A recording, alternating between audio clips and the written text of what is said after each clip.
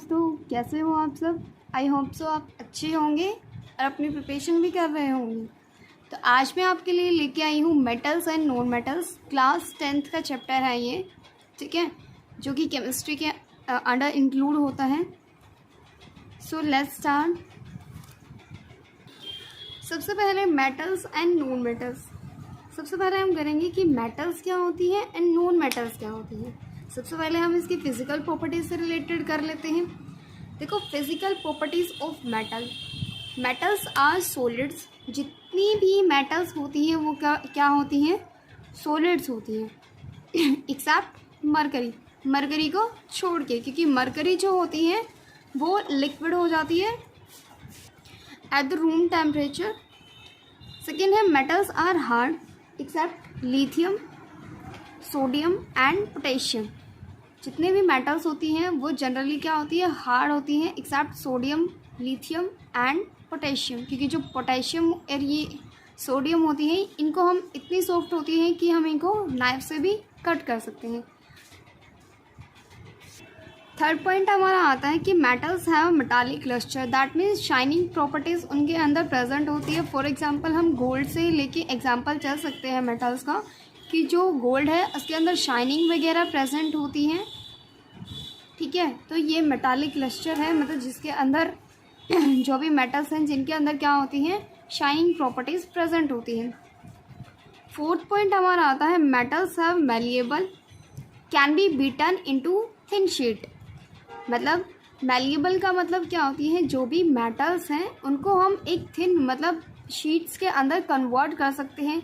मतलब for example gold को ही देख लीजिए, आप जितनी वायर मतलब उसकी पतली कर सकते हैं आप उतनी कर सकते हैं, है ना।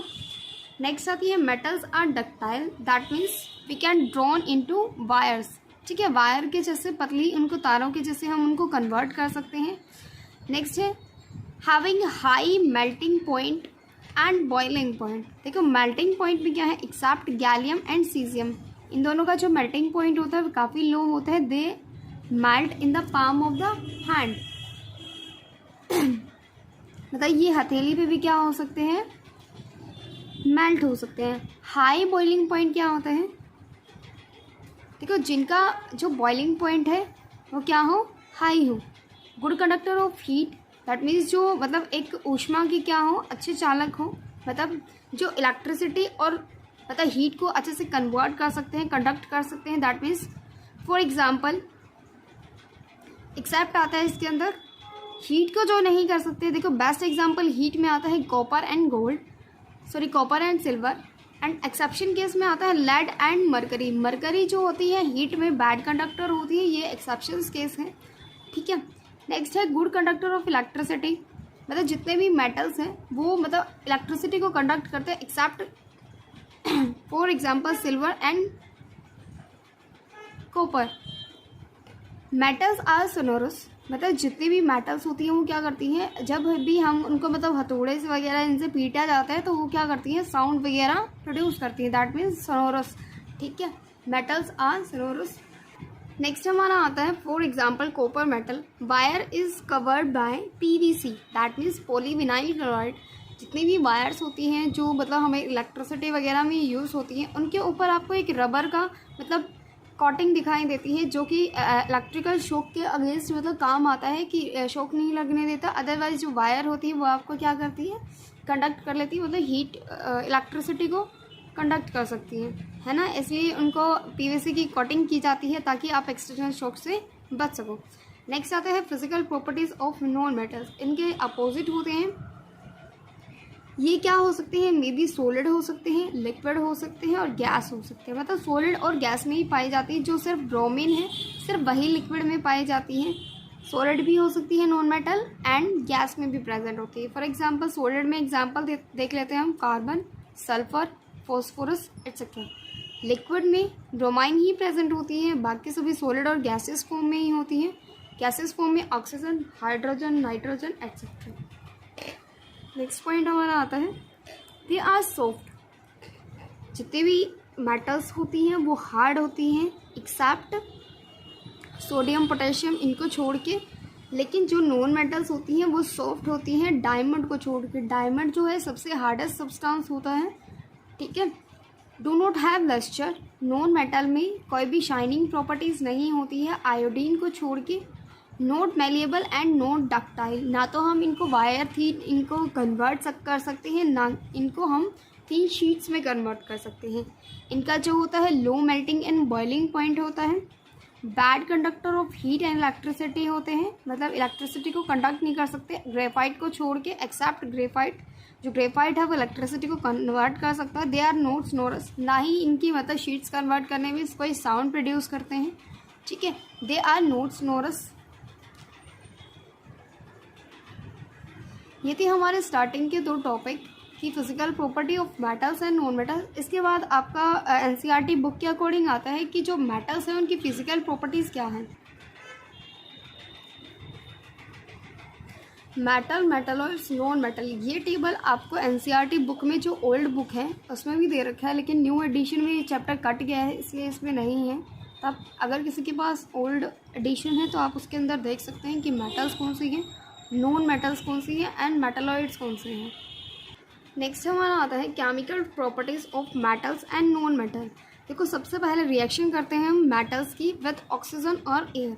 देखो हम कोई भी मेटल्स है जिसकी ऑक्सीजन के साथ रिएक्ट करेंगे, दैट मीन्स वो ऑक्साइड के ऑक्सीजन है तो ऑक्साइड्स की क्या बनाएगा, फोम बनाएगा, ठीक है।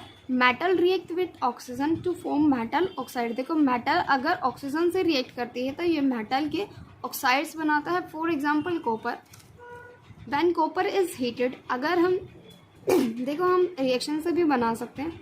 When copper is react with oxygen then it convert into copper oxide, ठीक है। When copper is heated it combines with oxygen, जब हम कॉपर को मतलब हीट करते हैं तो अगर ऑक्सीजन के साथ कंबाइन करती है तो ये क्या बना देती है, कॉपर ऑक्साइड। ये ऑक्सीजन के मॉलिक्यूल कभी सिंगल फॉर्म में नहीं आते, इसलिए इनको बैलेंस करने के लिए हमने मतलब इनको बैलेंस किया है इक्वेशंस को।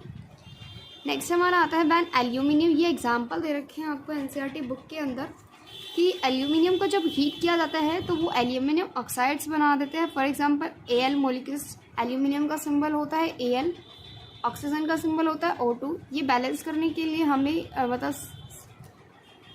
फॉर्म की है कि इसके आगे 4 आएगा, क्योंकि यहाँ पे एल्यूमिनियम के जो होते हैं एल्यूमिनियम डाइऑक्साइड और मतलब ऑक्सीजन जो है 3 फॉर्म में आती है। तो ये यहाँ पे 4 मॉलिक्यूल्स यहाँ पे एल्यूमिनियम के हो गए हैं, 6 मॉलिक्यूल यहाँ पे 3 है, 2 ये हैं, तो टोटल 6 मॉलिक्यूल्स ऑक्सीजन के हो गए हैं। नेक्स्ट हमारा आता है some metal oxides are basic oxides because they react with water to form basis.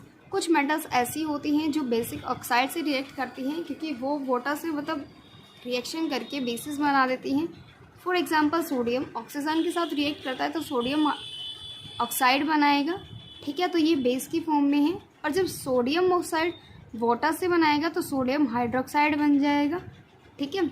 Next आता है पोटेशियम से तो KOH बन जाएगा। नेक्स्ट आता है some metal oxides show acidic and basic properties. कुछ ऐसे मेटल्स होती हैं जो एसिडिक एंड बेसिक प्रॉपर्टी दोनों शो करते हैं, जिनको हम क्या कहते हैं, amphoteric oxides. They are called amphoteric oxides. मैं आपको फिर बता देती हूँ, जो मेटल ऑक्साइड्स की और मेटल ऑक्साइड जो भी हैं एसिडिक और बेसिक प्रॉपर्टी शो करते हैं उनको हम क्या कहते हैं, एम्फोटेरिक ऑक्साइड्स कहते हैं। For example aluminium oxides, zinc oxide etcetera. देखो जो एल्यूमिनियम ऑक्साइड है और HCl के साथ जब भी वो रिएक्ट करेगा, जो एल्यूमिनियम ऑक्साइड है ये बेसिक इन नेचर है, लेकिन ये AlCl3 बना देगा क्योंकि ये जो Al मॉलिक्यूल है Cl के साथ कंबाइन होगा और हाइड्रोजन की मॉलिक्यूल्स अलग निकाल देगा, ठीक है। इसलिए जो वाटर के मॉलिक्यूल्स हैं वो अलग निकल जाएंगे हाइड्रोजन के साथ कंबाइन करके।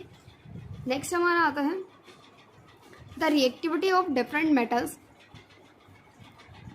नेक्स्ट हमारा आता है the reactivity of different metals oxygen is different. मतलब जो रिएक्टिविटी होती है डिफरेंट मेटल्स की अलग अलग, फॉर एग्जांपल विद ऑक्सीजन के साथ अलग अलग होती है। For example metals like potassium and sodium. देखो जो मेटल, जो पोटेशियम एंड जो सोडियम है ये सबसे हाईली रिएक्टिव होते हैं। Metals like potassium and sodium react vigorously with oxygen and catch fire if kept in open. अगर हम पोटेशियम और सोडियम को खुले में रख देते हैं और वो ऑक्सीजन के साथ कंबाइन हो जाती है तो ये क्या कर लेते हैं, कैच फायर मतलब आग को पकड़ लेते हैं, ठीक है। Hence they are stored in kerosene to prevent burning, इसलिए इनको कैरोसिन में क्या किया जाता है, प्रिवेंट किया जाता है, कैरोसिन के अंदर स्टोर करके रखा जाता है। ठीक है। If magnesium is heated it Burns with a fried flame, if magnesium is heated it Burns with a fried flame. देखो जब मैग्नीशियम को हीट किया जाता है तो ये भी क्या है, एक मतलब अच्छे से फ्लेम, ब्राइट फ्लेम क्या करता है, ऑब्जर्व की जाती है इसके अंदर। If iron is heated it glows brightly, जब हम आयरन, आपने लोहे को देखा होगा, जब भी उसको हीट किया जाता है तो वो चमकने लग जाता है। ठीक है, glows brightly. If copper is heated it is not burn, अगर हम कॉपर को मतलब रिएक्ट करते हैं, हीट करते हैं, तो वो बर्न नहीं करता है, बल्कि उसके ऊपर एक कॉपर ऑक्साइड की क्या हो जाती है, ब्लैक कोटिंग हो जाती है। ठीक है। नेक्स्ट हमारा आता है copper and silver and gold. ये जो है ये आपके हीट में मतलब रिएक्ट नहीं करते हैं, चाहे इवन आपका कितना भी हाई टेम्परेचर क्यों ना हो। सिल्वर और जो कॉपर है वो रिएक्ट नहीं करते हैं, तो bad conductor of heat and electricity है। ठीक है। सबसे ज़्यादा जो हाईली रिएक्टिव होते हैं वो सोडियम एंड पोटेशियम होते हैं। नेक्स्ट हमारा आता है कि some metals like magnesium, aluminium, zinc, lead forms an oxide layer over it which prevent further oxidation, they are called protecting metals।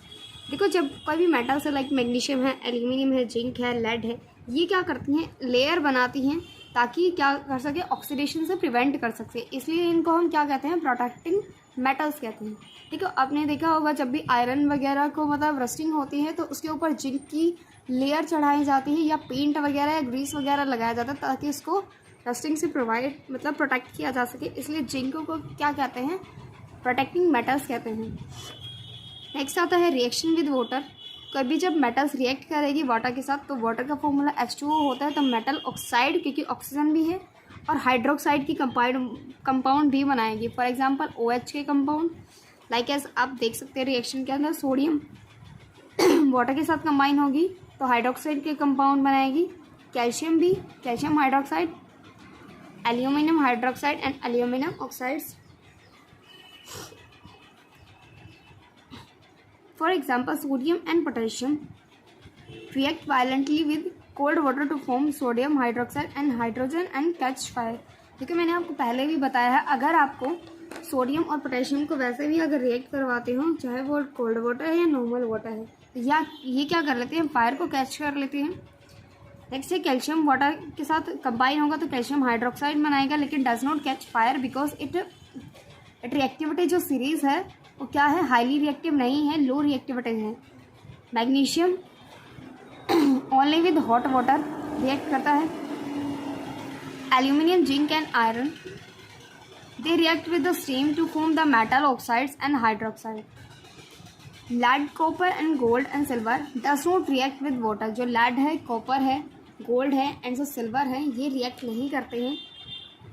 Next हमारा आता है reaction with acid. Metal react करेंगे एसिड के साथ। देखो मोस्टली क्या होते हैं, डाइल्यूट एसिड के साथ क्या करते हैं, रिएक्ट करते हैं to form salt and hydrogen, क्योंकि अगर कंसनट्रेटेड के साथ करेंगे तो वो हाईली रिएक्टिव हो जाएंगे। और मेटल्स जो डाइल्यूट और कंसनट्रेटेड में क्या फ़र्क होता है, देखो जो डाइल्यूट होते हैं उनके अंदर सोलवेंट की अमाउंट ज़्यादा होती है, लेकिन कंसनट्रेटेड में क्या होता है, सोल्यूट की अमाउंट ज़्यादा होती है, इसलिए वो क्या होते हैं, हाईली रिएक्टिव होते हैं। डाइल्यूट के अंदर सोलवेंट की ज़्यादा होती है। फॉर एग्जांपल देखो मैग्नीशियम हाइड्रोक्लोरिक एसिड के साथ करेगा तो मैग्नीशियम क्लोराइड बना देगा। ऐसे ही zinc, the reactivity series from metal to metal decreasing order में देखो सबसे पहले आता है मैग्नीशियम, उसके बाद aluminium, zinc and then iron.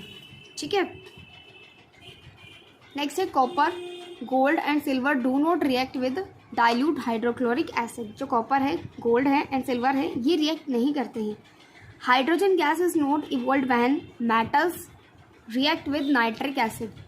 जो हाइड्रोजन गैस है वो इवॉल्व नहीं होती है जब मेटल्स को नाइट्रिक एसिड के साथ क्या किया जाता है, रिएक्ट करवाया जाता है, क्योंकि ये क्या है, एक स्ट्रॉन्ग ऑक्सीडाइजिंग एजेंट है जो कि हाइड्रोजन को क्या कर देता है, ऑक्सीडाइज कर देता है। Produce to water and itself reduce to oxides of nitrogen. For example ये देख लीजिए आप, कॉपर है, हाइड्रोजन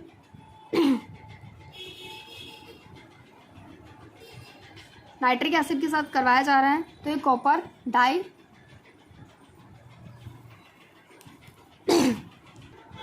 नाइट्रेट की फॉर्म में बना देगा और वाटर के मॉलिक्यूल्स एंड नाइट्रस ऑक्साइड की गैस अलग अलग निकल जाती है। ठीक है। अब आता है reaction of metals with metal sold solution, ठीक है। अब more reactive metal displace A less reactive metal form it's sold solution. देखो कोई भी जो मोर रिएक्टिव मेटल्स है अगर किसी लेस रिएक्टिव मेटल्स को रिप्लेस करती है दैट मीन्स वो उसको हम क्या कह देते हैं, डिस्प्लेसमेंट सॉल्यूशन कहते हैं, डिस्प्लेसमेंट रिएक्शन भी आती है, ठीक है। हाईली रिएक्टिव कौन कौन सी आती हैं, अब sodium and potassium. Less reactive कौन सी होती हैं, लेड होगी हैं आपकी, कैल्शियम मैग्नीशियम ये वाली होगी हैं, तो ये लेस रिएक्टिव होती हैं। एग्जाम्पल की फॉर्म में आप मैग्नीशियम देखो कॉपर का डिस्प्लेस कर रहा है, ठीक है, कॉपर अलग निकल गया और मैग्नीशियम ने सल्फाइड के साथ क्या कर लिया, सॉल्यूशन बना लिया। नेक्स्ट जिंक है जो कि सल्फाइड के साथ कंबाइन होकर कॉपर को अलग कर रहा है। नेक्स्ट है आयरन, ये सल्फाइड के साथ कॉपर को अलग कर रहे हैं, तो ये क्या है, एक डिस्प्लेसमेंट सॉल्यूशन है। अब हमारा आता है अकॉर्डिंग टू एनसीईआरटी सीरीज़ की मतलब रिएक्टिविटी सीरीज़ में मेटल में कैसे रिएक्ट करती है। देखो सबसे ज़्यादा मोस्ट रिएक्टिव कौन सी होती है, मैं आपको स्टार्टिंग से बताते आ रही हूँ कि जो हाईली रिएक्टिव होती हैं वो कौन सी होती है, सोडियम एंड पोटेशियम होती हैं। बाकी सारी सबसे लीस्ट होती है गोल्ड एंड सिल्वर। गोल्ड सबसे कम होती है।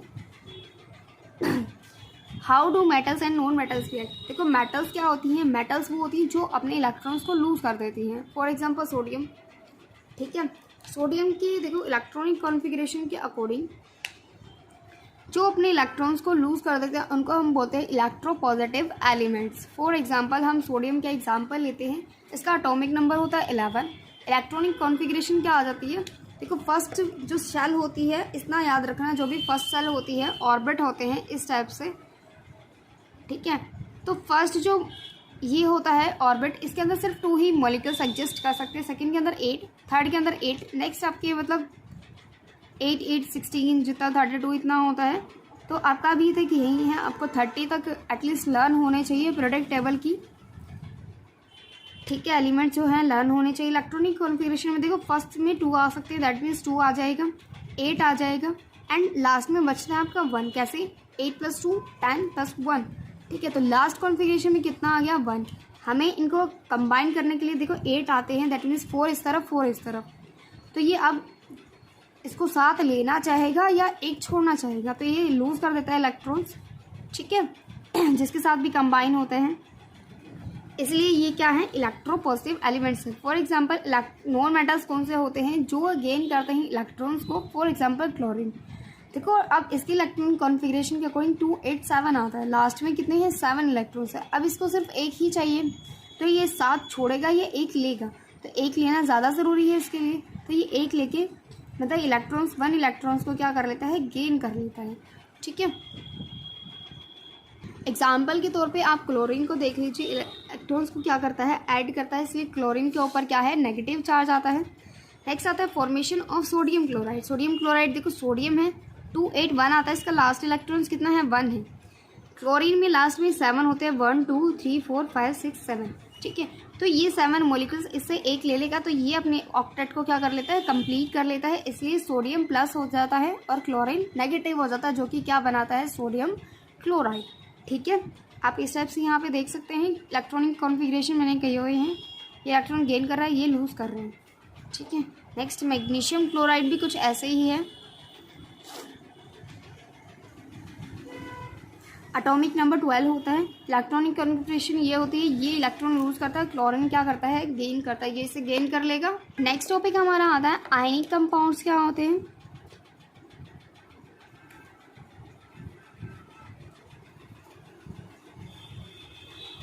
सो ये नेक्स्ट वीडियो में हम करेंगे।